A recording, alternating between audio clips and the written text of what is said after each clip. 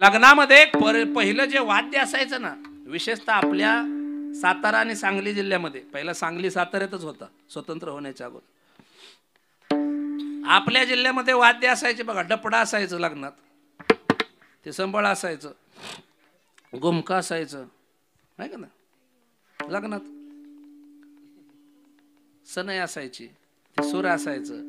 आता सुराचा सनईचा तपास राहिला नाही, नुसतं पोटात बुक्या वर ढगायला लागली, कळ कळ कळ आणि टिपका नाही लागा. त्या लग्नात तसं नसायचं बघा. पहिल्या लग्नात डपडा असायचं बघा, डम डम डम बडक नप पडक नप पडक डम डम डम बडक नप पडक नप पडक डम डम डम बडक, आहे का ना, डपडा असायचा.